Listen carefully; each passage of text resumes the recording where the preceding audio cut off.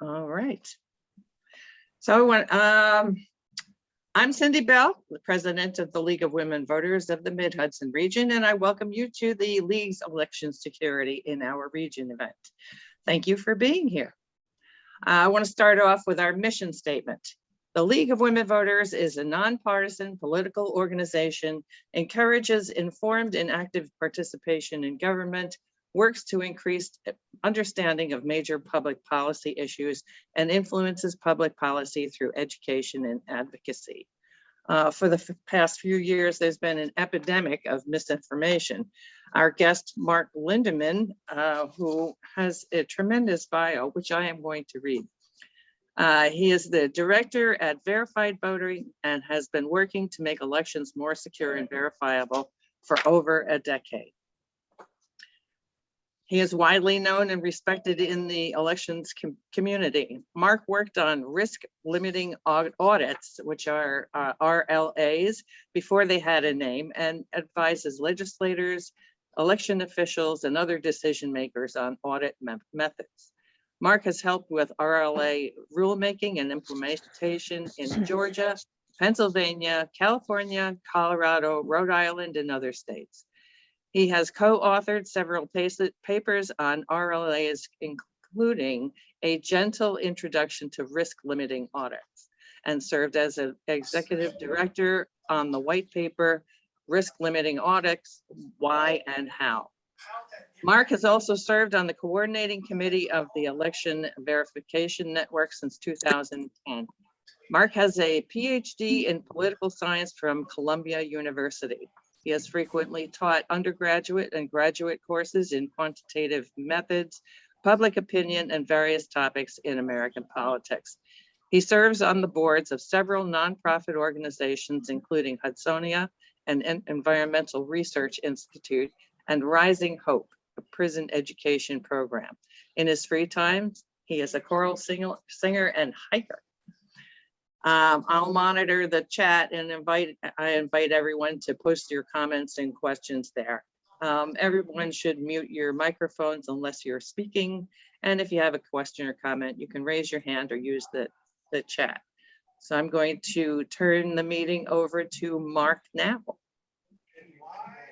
Hi, folks. I just want to take a few minutes to set a stage from my standpoint. By the way, thanks for running through all that information about my work on risk limiting audits. I'm not planning to present on those. If anyone has questions, yeah, maybe we can pivot to that. There are lots of directions this conversation could go, but I want to leave that up to you all. So as was mentioned, I'm a director at Verified Voting. I've only worked at the organization for about 3.5 years, although I've worked in the space for much longer.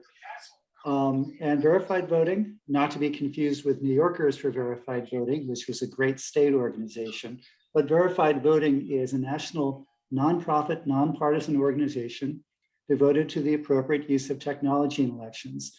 And we were founded by computer scientists back in 2004, because at that point, paperless voting machines were spreading around the country, and the founders of the organization were horrified because there was no way to know whether those machines were recording and counting votes correctly. So our signature issue all these years has been paper ballots in the broader context of supporting public confidence that elections are secure and trustworthy. We focus on technological issues, but of course we also have to get involved in procedural issues because machines and people, all work together. Personally, I've been a New York voter for over 30 years. But I'm talking to League people. I guarantee that some of you know things about New York elections that I don't. That said, bringing both a local and a national perspective, my perceptions of New York election security fundamentally are positive. The basics here, I think, are really solid. I just want to quickly review why I'm pretty cheery about elections in the state of New York. First, going back to our signature issue, simply the use of paper ballots that voters can verify, because most people in New York hand mark their ballots. And if you hand mark your ballot, you can check your ballot as you go, and then you can check again right before you cast it to make sure that it's marked accurately. Of course, some voters can't hand mark their ballots or strongly prefer not to. And so importantly, every voter has the option of using an accessible ballot marking device instead. And here in the Hudson Valley, the ballot marking devices are right on back of the scanners, which I think is a nice feature because some jurisdictions have had trouble with poll workers not even always setting up the accessible equipment. That's illegal and it's wrong. So that's a problem we don't have in the Hudson Valley. So one way or another, every vote is recorded on a paper ballot. New York doesn't allow electronic ballot return for overseas voters. It doesn't allow electronic voting really in any form. Second, I usually put this one later, but this is kind of where it belongs. And I heard someone calling this out as I was logging in. New York's model of bipartisan election administration really has a lot to like. As you all know, probably, every county board has equal representation from the two major parties, and the key staff positions are also balanced between the two major parties. So that isn't perfect, but it means that key election activities, including how ballots are stored and how absentee ballots are reviewed for validity, are scrutinized by members of both parties. And it also usually means that those people get good at working together because they have a lot of work to do. And I think generally in my experience, elections go better when people across the partisan spectrum are working together to make elections function. So third, New York does a pretty good job of checking that votes were counted accurately, because paper ballots are great, but they don't really help much unless someone actually looks at some of them. And New York does. Counties are required to randomly select 3% of their voting systems and hand count all the ballots cast on those systems. And designated observers from the two parties can watch those audits be conducted. Now, I would like to see better reporting of those results, and there are other ways that I would love to see those audits improved. But even as they stand, they provide a lot of reason to be assured that scanners are counting the way they're supposed to. And the fourth point, really the last point I want to make right now, as far as elements of New York procedure, the procedures to ensure that only eligible voters vote and that ballots aren't tampered with in any way are really pretty good in this state. So a lot of conjectures that people have about how elections could be stolen, for instance, by lots of absentee ballots being faked, would be really, really hard to implement in the state. Every ballot is validated before coming out of an envelope, and the ballots are tracked throughout the process. So if you have a clever idea about how you can somehow cast 100 ballots, well, the odds are really not in your favor. There are ways sort of at the margins to steal votes, but there's no switch that anyone can flick to steal a bunch of votes and get away with it. So I think that New York has some real election imperfections. It kind of stands to reason. Elections are underfunded throughout the country. They certainly aren't idyllic here, but I think probably the biggest election security vulnerability in New York, as in other states, is in our brains. Verified voting was founded to stave off what some people have called black box voting, right? The idea that votes kind of happen in a computer and no one kind of knows what's happening inside the computer.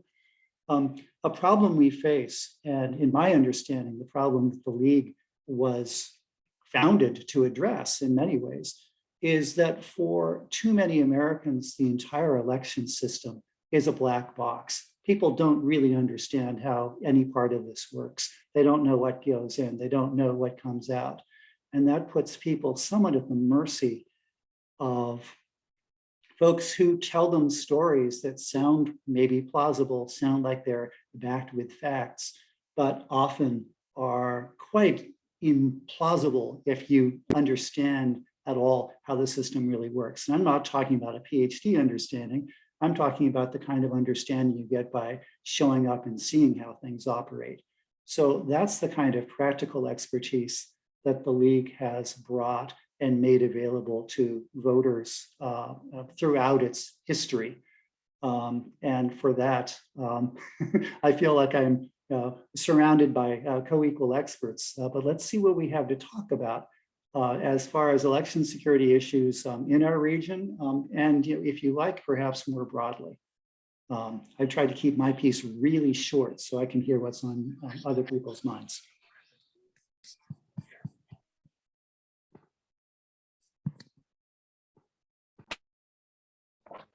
Karen Holloway, you have your hand up. Hi. So I'd like to hear what you have to say about voting equipment and the various vendors that we have. I think a couple areas I'd like to hear about is how do you feel about whether election boards or secretaries of state or whoever, they're being pitched by various vendors versus should they be specifying to the vendors what they want and then the vendors build according to specification. And the other thing I'd like to hear about is there's a lot of hullabaloo in New York State about the hybrid voting machines where you have a BMD where possibly a voted ballot could pass under it a second time and be hacked and put more marks on it or do something there. And do you consider that a concern? Thanks, great questions. Karen, I might need to give you a second whack at the first part of this question. I'll tell you, I'll say a few things generally. So first, I think that every state should have clear standards that voting systems have to meet. I think New York actually has some decent standards. We've seen those applied. And I guess maybe the two parts of your question connect in that the state board had to pass, at least in the first instance, judgment on whether to certify the Express Vote XL from ESS, one of those hybrid systems, and decided not to. So we can see that the officials aren't sort of completely in a position of taking whatever vendors offer. What New York has not done, I would say, is driven the process in the way that we saw Travis County, Texas attempt to do by setting very ambitious specifications and trying to get a system built to spec. And Los Angeles County actually did that thing. So I don't know if you're familiar with the VSAP project in LA County, but they spent several years with extensive public input and a very deliberative process trying to design a best-in-breed voting system for what they identified as the need of voters of Los Angeles County. And then they commissioned Smartmatic actually to build that system. And it does have some really nice features. So the VSAP system is the only one I'm aware of. Let me see if I can say this accurately because it's been a long day and it's not over yet. It's a system that allows voters, it basically gives the voters the choice of whether to remove the ballot from the machine and verify it manually in their hands, or whether to return it to the machine and cast it without touching it. So, and to give you an idea of why that's so important, and it actually does connect directly to your second question. Take a state like Georgia, where everyone votes on ballot marking devices. Those ballot marking devices, in effect, spit out a ballot that voters are supposed to review. We certainly hope they do, it's important. And then they put it separately in a separate scanner. So that clearly is a barrier for voters who cannot manually handle ballots on their own. They sacrifice some degree of independence when they have to deal with a separate printer and scanner. On the other hand, a system like the Express Vote XL, one of my great concerns about that, and certainly one of Verified Voting's great concerns, is that what becomes the ballot is retained off to the side behind a window. Many voters aren't even really aware that they're supposed to be checking what's printed on the ballot in that window, and it's not convenient, and you can't hold the ballot. If you want to try to verify an Express Vote XL ballot, you actually, I think the first step is to pretend that you're aborting your vote. I don't remember what the message is. It's something like stop voting, can't cancel vote, which is not something that any voter should have to do in order to verify their ballot. So I like the fact that VSAP tried to find a better solution than either Georgia's solution or the Express Vote XL solution, which honestly I think is worse. What I just called out is possibly our greatest concern about the Express Vote XL, that it directly compromises voter verification, especially for voters who don't have good eyesight and can't kind of crane over to see what's behind the window. They seem to be at the greatest risk to me. It's also a concern, as you said, that those ballots can pass over the printhead again. So it's possible for a ballot actually to be altered by the voting machine after the voter casts it. That's not a good design feature, clearly. Hard to assess that risk. I know that efforts have been made to mitigate it in the case of the Dominion BMDs on offer in New York State. It's not ideal. The other thing I would say is just philosophically, we worry about having ballots tabulated by the same machine that creates them. It seems to, if there is a hack, heaven forbid, it seems to streamline that process. So functionally, we see real advantages to the Georgia approach for ballot marking devices. But actually, to be clear, our recommendation is that most voters should hand mark their ballots if they're able to. We don't want to see everyone relegated to ballot marking devices. We do want the ballot marking devices that are available for accessibility purposes to be good systems that any voter, or as many voters as possible, can use successfully if that's their choice. So we want really good voting systems for everyone. I guess that's the short answer. And I certainly don't think the hybrid systems on offer exemplify that.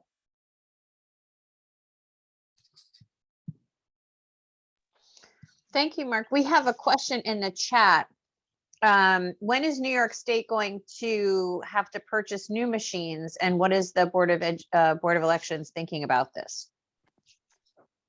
Yeah, I mean, one of you may have better information about that than I do. My problem is my brain is divided just about 57 ways, for the states and DC and the territories. Because there are still systems in use from the very first round of Help America Vote Act funding. There are still systems in use that date back to 2004 or so. They probably shouldn't be, but they still are. And because New York State held on to its lever machines for so long, partly because of the successful fight against paperless voting machines in this state, and that took some time. We can get some more time out of the systems we have, but they're bound to be updated sooner or later. And it seems that especially in New York City, there is a lot of interest in getting the Express Vote XLs.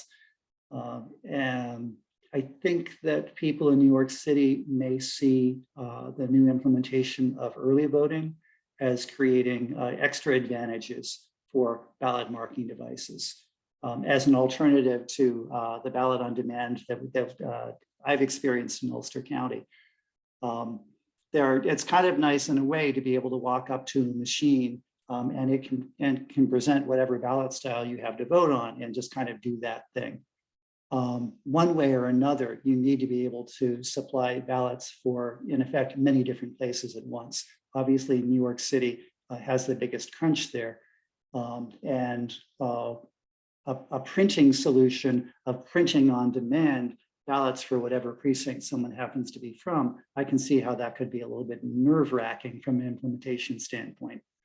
So that is an incentive that I worry about for jurisdictions to move towards new systems, whether we think the systems are ideal or not. I think that the Board of Elections at the state level will continue to hear from counties about this. But I'm not in a position to read tea leaves and speculate about timing. So I might have to defer to others on the call or just kind of punt the question. Thanks, Mark. We had done a program a while ago on ranked choice voting. Yeah. And there seemed to be some interest, really just we were trying to unpack for people to understand what it is and how it works. And Sure. the discussion seemed to end on the fact that New York State can't consider that right now because of the equipment we had. And when we are purchasing new equipment, that would be something we would have to take into consideration. So I think that other question was kind of connected also to this issue. Oh, that's a great point. I hadn't really thought about that linkage. I don't know. Somehow in my life right now, RCV seems a little less salient, even though New York City just did that thing. So I need to catch up with the reality around me in some ways. I think that there's always more than one way to do ranked choice voting. I don't think it's completely infeasible on the equipment we have now, but I definitely see advantages to having. It's not so much a hardware issue, right? It's more of a software issue about how to process those ballots. And under voting system certification, the hardware and software become linked in counterintuitive ways. It's sort of hard to, well, I guess one way to put it is that there are incentives both for the manufacturers and often for election officials to update hardware and software at the same time. So it gets a little complicated. So should we dive into sort of the merits of ranked choice voting? I mean, is there part of that conversation that we should recapitulate? I don't know. That seems like I don't want to take you too far off topic. It all connects. Yeah. What I'll say is, first of all, my name is Maura. Good evening. I'm the Vice President of League of Women Voters.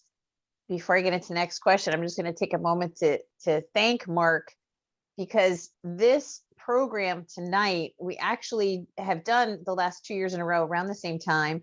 But this year in particular, we organized this at the bequest of the Board of Elections. Both commissioners reached out to the league, reached out to Cindy Bell and said, we're getting more questions this year than ever before of people that are questioning the results of the election, asking about where the ballots are. Are they in a locked room, you know, in the cover of darkness, or they scooted out in the middle of the night, warehousing, like that. When we talk about election security, thank you for talking a little bit more about the machines. And there's also a question about clear ballot machines.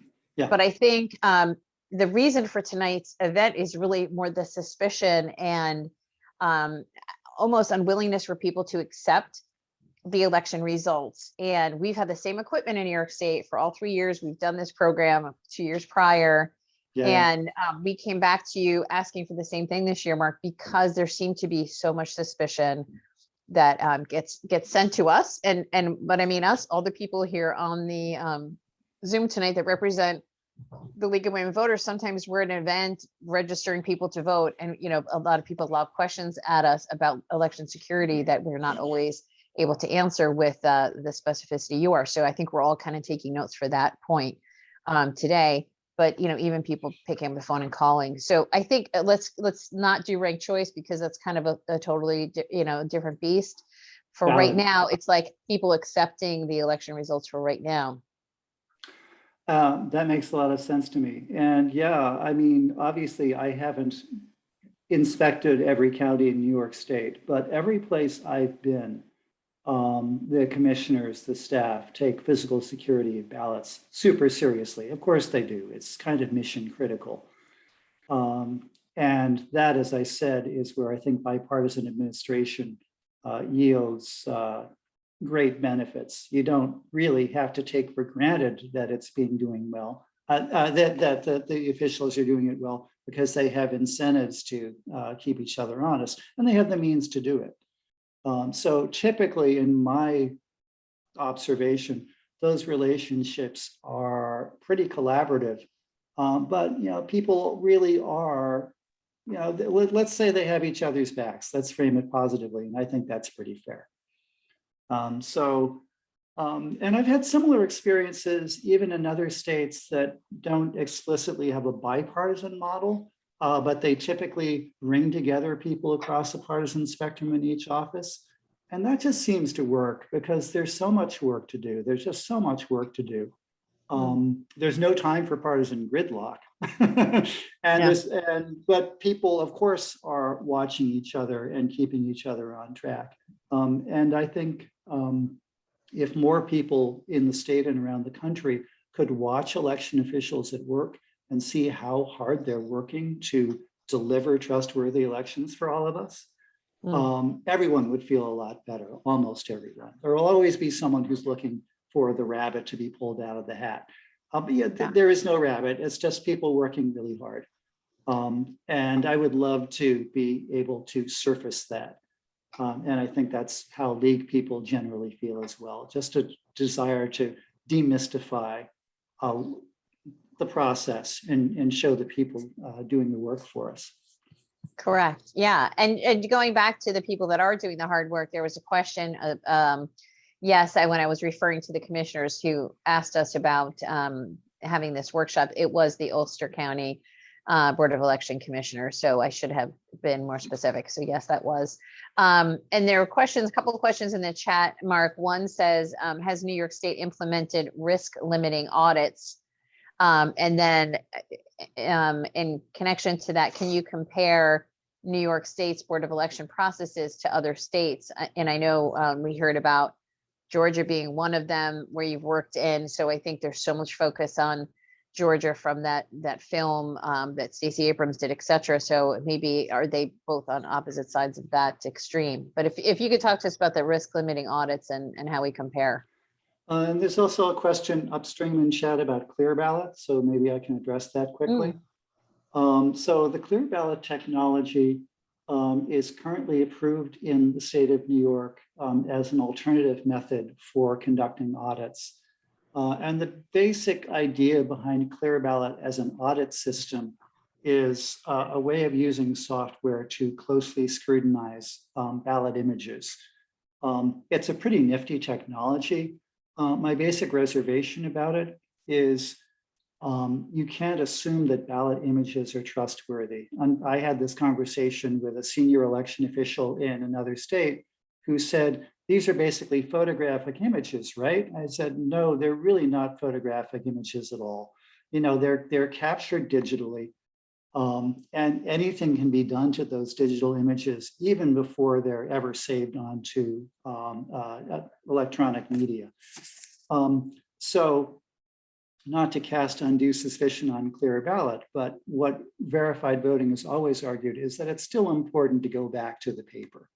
And so one of the nice things about the way that New York has regulated the use of clear ballot, if it's used in audits, is that it does require checking some individual ballots against the clear ballot images to make sure that the images are faithful. That's just kind of, it ought to be a common sense check. And as long as we're making common sense checks against the paper, being able to look at ballot images to catch problems that would have been completely overlooked otherwise, like people who didn't know how to mark their ballots, so they circled the target instead of filling it in. The voting system software will miss that all day long, but a different kind of analysis may be able to catch it. That's terrific. It's great to use technology. It's not great to blindly rely on it. So that's my quick take on clear ballot. Risk limiting audits have not been implemented in New York. To my knowledge, they haven't even been piloted in New York, which is kind of funny because I've run all over a whole bunch of other states piloting risk limiting audits, haven't made the breakthrough here. One of the tricky things about implementing risk, okay, so first of all, let me step back for the benefit of everyone who's not Karen Holloway and may have no idea what we're talking about at all. The basic idea behind a risk limiting audit is that you audit enough ballots to have strong evidence that the reported winner actually won.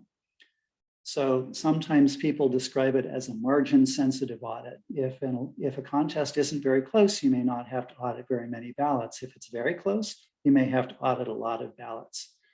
There are different ways to conduct risk limiting audits. I'm trying not to get lost in the weeds. But so possible, I mean, what I think is mostly good news is that when New York State properly audits 3% of ballots statewide, that should be large enough to provide very high levels of assurance in any statewide contest that I can remember. It's really a very, very, very large sample. And pretty high assurance in typical federal contests and a lot of state legislative contests. It's a pretty good audit. I don't know that it's a very efficient audit, but what I would do in New York State possibly before implementing risk limiting audits is to improve the reporting of results from the audits we have already. That's a place where the procedures, in my mind, really are kind of lacking. It's been a while since I've gone into this in detail. Several years ago, I did what amounted to a records request for the audit results. And a number of counties basically submitted letters that said, our audits were clean, nothing to see here, which I am willing to believe was true. But being someone who cares about quantitative methods and analysis and results, it would be really nice to put some numbers to those. And the state of New York is doing so much work just to hand count ballots after elections. I think it would be really beneficial to the election officials to have a way to report the non-discrepancies or the trivial discrepancies that they're finding, so that everyone can look at those numbers together and say, okay, you hand counted hundreds of thousands of votes, you found discrepancies on the order of 0.01%. That's probably what it is. We can see that these systems are working well. They're doing all the work. There's just this missing piece that I would like to see filled. I would love to see risk limiting audits too, but risk limiting audits also depend on really good reporting. So solving the reporting problem first might actually be a really good first step. The last question, boy, comparing how the New York State Board functions to how other state boards function. And doing so with the recognition that Doug Kellner is on the Verified Voting Board of Advisors. So, and I'm being recorded. I hope I'm allowed to say for the record that Doug and I are pretty good friends. I mean, we don't go drinking together, but we've had great conversations over many years. I would say that structurally, sometimes the bipartisan model at the very top does create a kind of gridlock that really seems dysfunctional. Sometimes gridlock is incredibly frustrating, except compared to the alternatives that might be even worse. But I think that New York is certainly not unique, but somewhat unusual in having a balanced state board, without a Secretary of State that sets a direction for better or worse. It's distinctive. It's much more common to have secretaries of state, typically with partisan affiliations, who kind of set a course. So that's sort of the obvious distinction. And then below that, what's harder to read is the extent to which secretaries of state or state boards, or the two jointly, is the way it works in, say, Rhode Island, the extent to which they dictate terms to the counties, or the extent to which they largely feel limited to trying to persuade and influence what counties do. So the balance of real administrative power between state and county or local jurisdictions varies quite a lot across states, and there are a lot of nuances of that. So I would imagine that, I don't know when you last got to go to any national conventions of the league, but you must have lots of shop talk, because just all the little differences in how these things play out, I find them endlessly fascinating. And I don't even get to spend much of my time thinking about these things. No system is perfect. Now, political scientists like to debate, should election administration, should it be partisan? Should it be explicitly nonpartisan? Should it have, okay, no one's come up with a perfect solution to this. But on the other hand, I can't think of a state where I think elections are absolutely dysfunctional. They're all going kind of okay. So there's that. So thanks for putting up with that somewhat oblique response, but it's complicated in fun ways. It really is. We did get a question recently, like just in our inbox of inquiries, Mark, and someone said, I really care a lot about election security, and I want to know what state of the union needs the most help right now. Wow. And here's someone who's like, where can I help and how can I be of service? And of course, she could donate to the league, which of course was one of my recommendations, but is there in particular one place that's troubling you more than others, or is it more of so many people are using the exact same words on legislation to change things, which is also something we're seeing in the news? Oh, that's an interesting big question. I mean, I legitimately feel bad for people who have to vote on paperless machines, not because I expect the paperless machines to be hacked, but just because there's an inherent gap between, what you believe or what you can hope and what anyone can prove. And sort of in that connection, just all things considered, I mean, I feel bad for folks in Louisiana because they've been really close to having paper systems several times, and each time the contracts have been broken through legal action. Maybe this time around, they'll be able to actually get a paper-based voting system that would seem desirable. But the state I probably think the most about is, well, just in terms of all things considered, Texas. It's so complicated. A lot of the voting systems are so old. The state is so ripe for change. It's in such political and demographic flux. It has just so freaking many counties, ranging from, of course, very, very large to almost unbelievably small.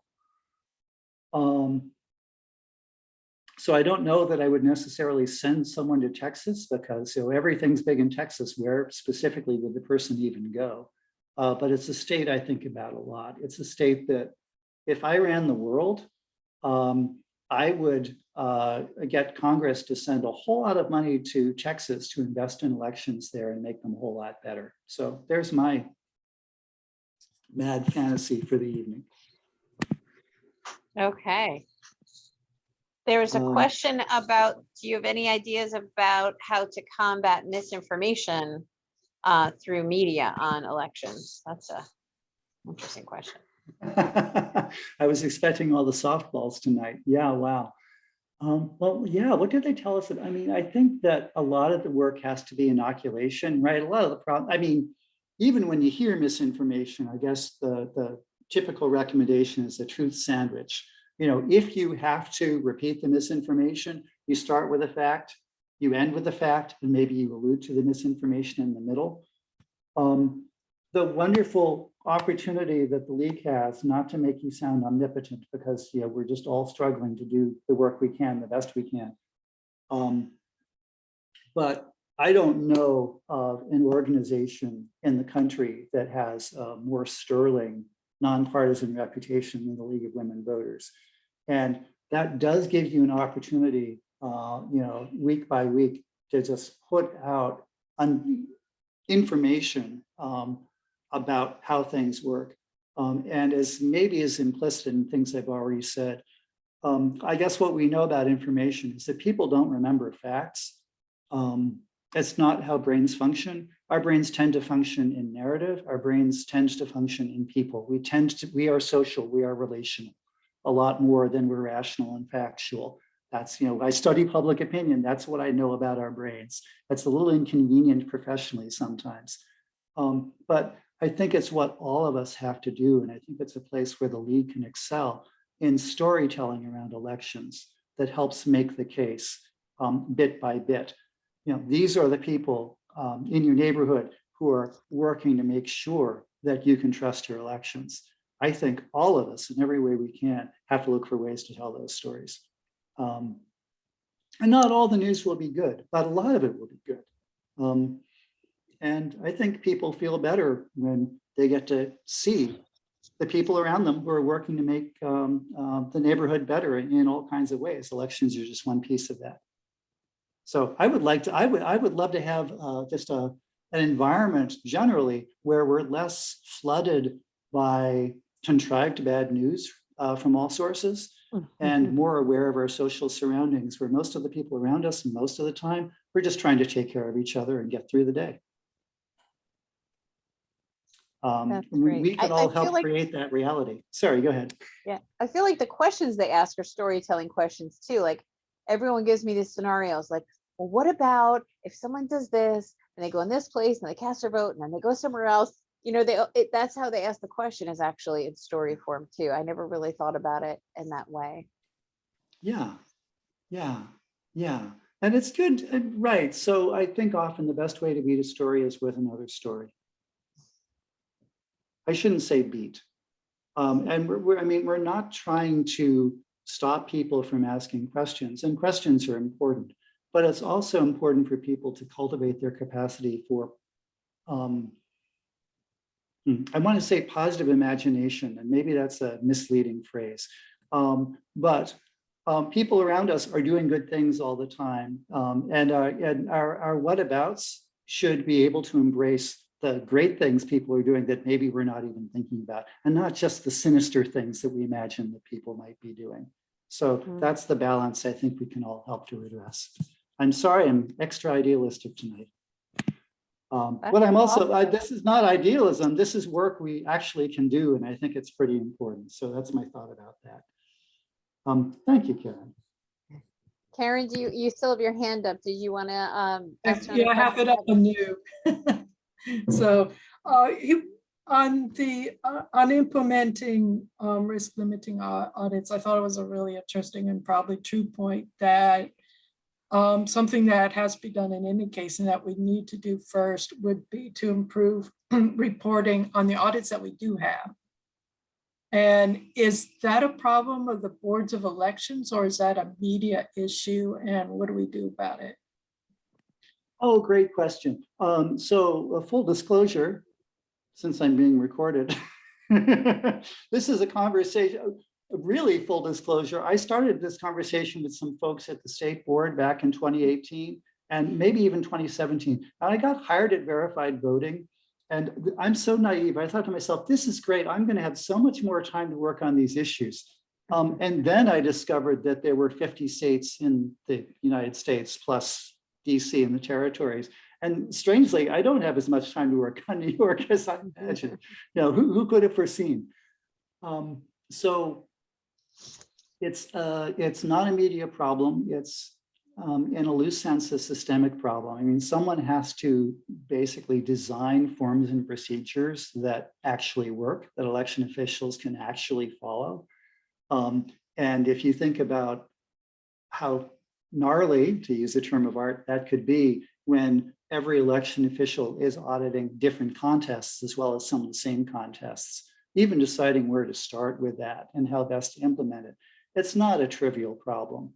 And it's not as if the state board has lots of staff sitting on their hands just looking for exciting projects.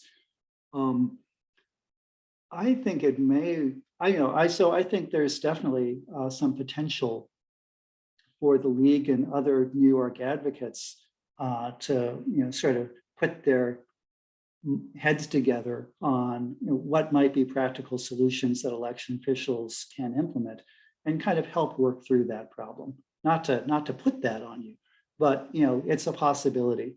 And what I try to avoid in my advocacy is just creating long lists of want tos, bucket lists for election officials. Because of course they have to deal with the realities that their time and resources are limited. And also, unfortunately, they kind of know from experience that if they did everything on my bucket list, there would still be people making, frankly, kind of crazy accusations. So in that environment, it's genuinely hard to know what to prioritize.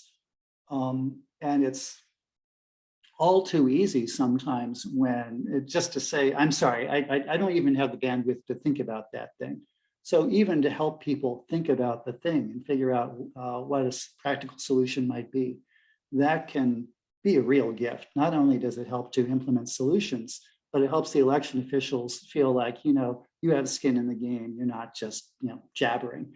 So that's a spirit I try to bring. And I know I'm kind of preaching to the choir here, but just on this particular issue, I think there may be some opportunity. So it's not really, I think I heard you say it's not really part of their process. They do the audit that they do to, and they say, oh, great. And then they just move on, and it's not in the process that we need to put it on this website, or we need to contact the media and, reporter that we've been working or whatever. They don't have that as their process to bring. I think my recollection from 2017, which may not be current, is that there was trying to choose my words judiciously. There was a form that had been designed to report audit results, and it seems to me like a form that election officials would really struggle actually to use after an audit. Basically an unusable form. I guess that's what I'm trying to say politely. That problem could be fixed. But you also make a good point that even without formal reporting of audit results, even for election officials to talk with local reporters, to publicize audits in advance and then publicize the results and have a story in the paper saying, we did this thing, this is what we found qualitatively. That also would be helpful.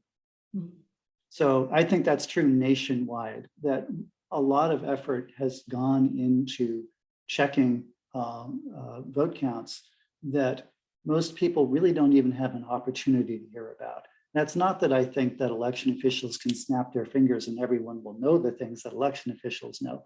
But I think in this time more than ever, all of us have to seize every opportunity to share good news about elections. So that's how I think about it. Yeah.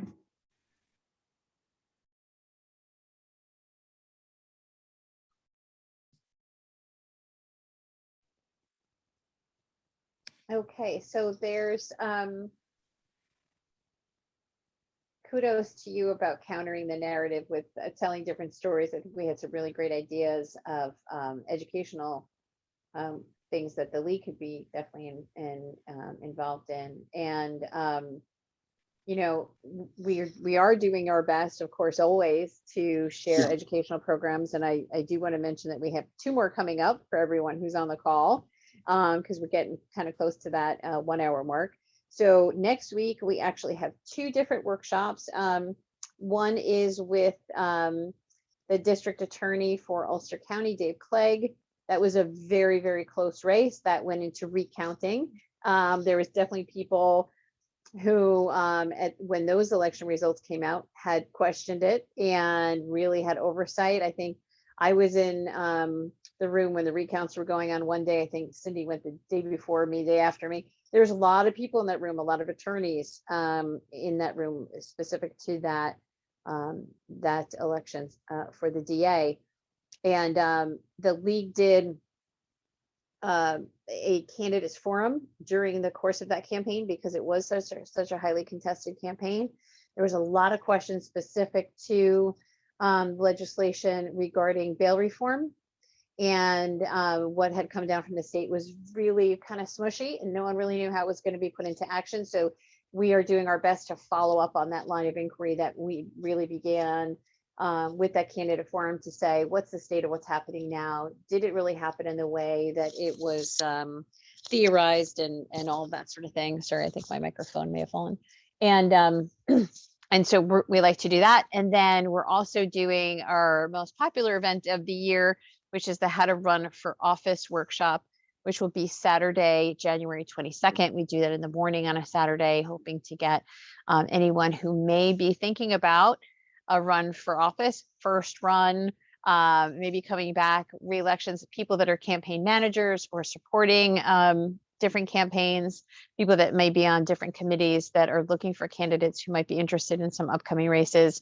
We will be joined by both commissioners of elections in Ulster County just to roll out the political calendar that was just finalized, talk to us about filing dates and things like that.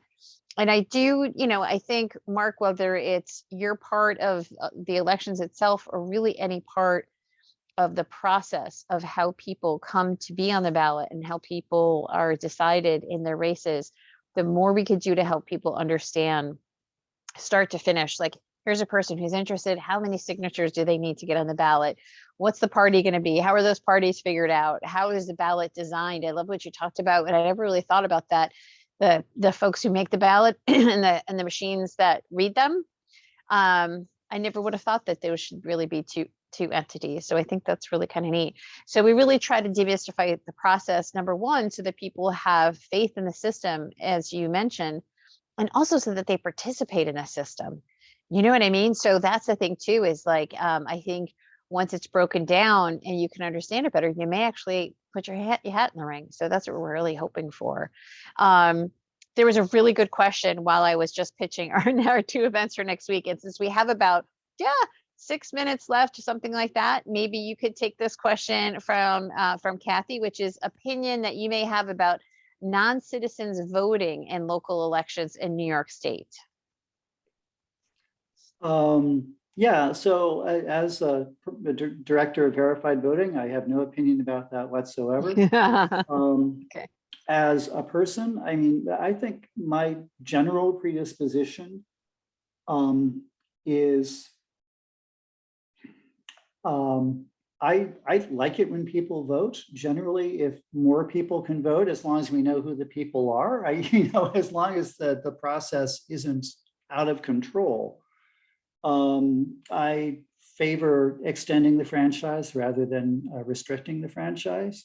I also think philosophically that it's inevitable that there will be lots of variations across the country. So there are some baseline standards of basic equity, of basic voter rights that I think should be maintained nationwide. But one example I'm thinking of here when it comes to felon re-enfranchisement, I philosophically believe that at some point after you've done your time, absolutely you should have your voting rights, and I think that could be a national commitment. But in Vermont, my understanding still is to this day that felons never lose their voting rights, and I don't think there's any prospect of a national consensus on that. So I think it's okay for different states to have some diversity on these issues. And the great adventure, or one of the many great adventures that the United States has, is deciding what kinds of diversity across states are acceptable and where we really have to have a uniform standard. What concerns me in this time is the connection between the efforts to discredit the 2020 election and the efforts to make it far more difficult for people with voting rights to exercise the right to vote. I think it's really unconscionable to trade on people's fears about what might have happened in a past election to prevent people from voting, because there's nothing more American than voting. And I would love to find a way for us all to reclaim and defend that. So that's something that keeps me up at night, certainly.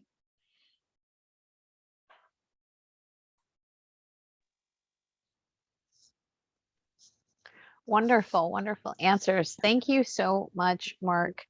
Wait, hold on. I think I might have one more. Oh, sorry, it was just thanks in the chat. Mark, you always say yes when we ask you for things. That's so wonderful. Uh-oh. I called you out as an expert in your field, and you said something a little sassy to me on Facebook, like, "Oh yeah, no pressure, Maura," and you never let us down. You are absolutely expert at this, and we appreciate all of the level of detail to really what you know better than anybody else. And we are just really very lucky that you happen to live in Kingston, New York. You could live anywhere in the country doing this work, and you are here in the Hudson Valley with us. Yeah, y'all, I actually moved to Dutchess. Oh, okay. Still in our area. We're Dutchess, Orange. Ulster, and Orange. We're in I'm still Dutchess. Hudson Valley, absolutely. We're in Dutchess. Millbrook. It's a kind of a family situation. It's closer to my wife's work. Okay. Yeah, but I won't tell you I don't miss Kingston a lot. That was me looking at my wife. Sorry. Anyway, I remember you walked to our event when we had live events way back then. And it was Yeah. in the library, right? yeah. Yeah, that Well- was great. And Doug Kellner was there in person, and a couple of the commissioners from Ulster, and it was a party. That was just great fun.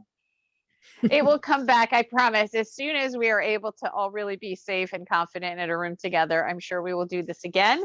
If we get new equipment, you're going to have to unpack all of that for us. So really, thank you so much, Mark, for always jumping in, whether it was a radio show that didn't go give us enough time, or a Zoom where we had more than enough time. It's always great to be in a Zoom or on a call or in a room with you. And so we can't thank you enough.